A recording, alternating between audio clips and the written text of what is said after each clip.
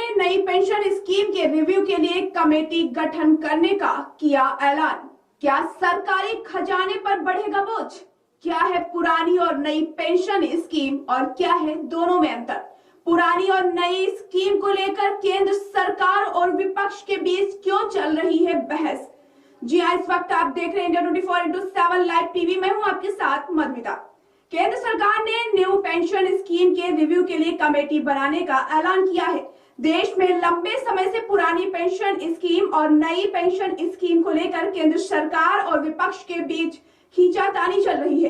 कांग्रेस ने हिमाचल प्रदेश के विधानसभा चुनाव के दौरान पुरानी पेंशन स्कीम को बड़ा मुद्दा बनाया था। ये पहली बार नहीं है जब किसी सरकार ने इस स्कीम को लेकर ऐलान किया है।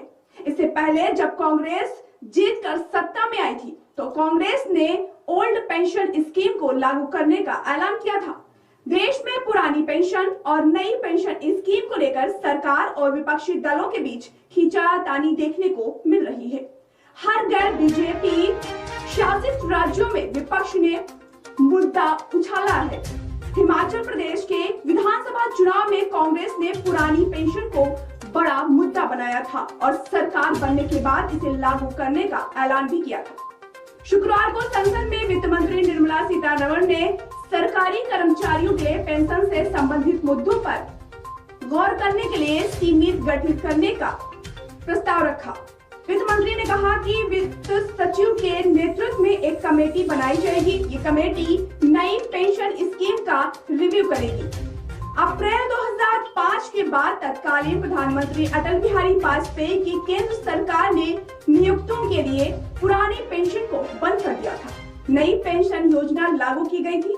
केंद्र सरकार के बाद नई पेंशन योजना लागू करने में राज्य भी पीछे रहे। हालांकि ये अनिवार्य नहीं था। यूनियन का मानना है कि उस वक्त कर्मचारी इस पेंशन योजना को समझ नहीं पाए। उन्हें ऐसा लग रहा था जैसे ये योजना सेवानिवृत्ति के बाद उन्हें पुरानी पेंशन योजना से ज्यादा फायदा देगी। लेकिन ये भ्रम टूटा और पिछले कई सालों से नई पेंशन योजना का विरोध शुरू हो गया। इस साल जनवरी 2023 में योजना आयोग के पूर्व उपाध्यक्ष मोटेक सिंह अहलूवालिया ने ओपीएस को लेकर बड़ी बात कही थी। उनका कहना था कि कुछ राज्य सरकारों द्वारा पुरानी पेंशन योजना फिर से शुरू करना वित्तीय दिवालियापन की रेसिपी है। अहलूवालिया ने कहा था कि इस कदम को आगे बढ़ाने वालों के लिए बड़ा फायदा ये है कि दिवालियापन 10 साल बाद आएगा। केंद्र सरकार का रुख इस स्कीम को लेकर हमेशा विपक्ष से उल्टा रहा है, लेकिन अब सरकार ने नई पेंशन स्कीम को रिव्यू करने के लिए कमेटी गठित करने का ऐलान किया है। तो ऐसे में आइए समझते हैं कि नई और पुरानी पेंशन स्कीम में आखिर अंतर क्या है। देश में नई पेंशन स्कीम 1 जनवरी 2004 से लागू हुई। पुरानी और नई पेंशन स्कीम में काफी अंतर है। दोनों के कुछ फायदे और नुकसान भी हैं। पुरानी पेंशन स्कीम के तहत रकम का भुगतान सरकार के खजाने से होता है। वहीं पुरानी पेंशन स्कीम में पेंशन के लिए कर्मचारियों के वेतन से कोई पैसा काटने का प्रावधान नहीं है।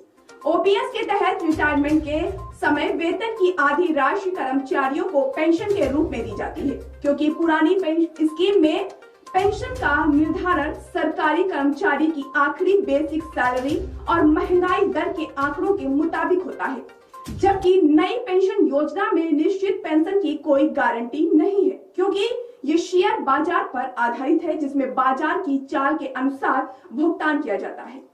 पुरानी पेंशन योजना में कर्मचारी की सैलरी से कोई कटौती नहीं होती थी। एनपीएस में कर्मचारी की सैलरी से 10% की कटौती की जाती है। नई पेंशन स्कीम में जीपीएफ की सुविधा उपलब्ध नहीं है, जबकि पुरानी पेंशन स्कीम में ये सुविधा कर्मचारियों को मिलती है। अगर नई पेंशन स्कीम की बात करें तो इसमें रिटर्न बेहतर रहा तो प्रोविडेंट फंड और पेंशन की पुरानी स्कीम की तुलना में कर्मचारियों को रिटायरमेंट के समय अच्छा पैसा मिल सकता है। क्योंकि ये शेयर मार्केट पर आधारित स्कीम है, इसलिए कम रिटर्न की स्थिति में फंड कम भी हो सकता है। पुरानी पेंशन स्कीम में 20 लाख रुपए तक ग्रेजुटी की रकम मिलती है। वहीं रिटायर्ड कर्मचारी की मृत्यु होने पर उसके परिजनों को पेंशन की राशि मिलती है। सबसे अहम बात यह है कि पुरानी पेंशन स्कीम में हर 6 महीने महीने बाद मिलने वाले डीए का प्रावधान है, यानी जब सरकार नया वेतन आयोग लागू करती है तो भी इससे पेंशन की रकम में बढ़ोतरी होती है। केंद्र सरकार हमेशा कहती रही है कि पुरानी पेंशन स्कीम से सरकारी खजाने पर ज्यादा बोझ पड़ता है। रिजर्व बैंक अपनी एक रिपोर्ट में कहा था कि ओल्ड पेंशन स्कीम को लागू करने से राजकोषीय संसाधनों पर अधिक प्रभाव पड़ेगा और राज्यों की सेविंग पर निगेटिव प्रभाव पड़ेगा। तो इसी तरह की बड़ी खबरों को देखने के लिए जुड़े रहिए इंडिया 24/7 लाइव टीवी के साथ। नमस्कार।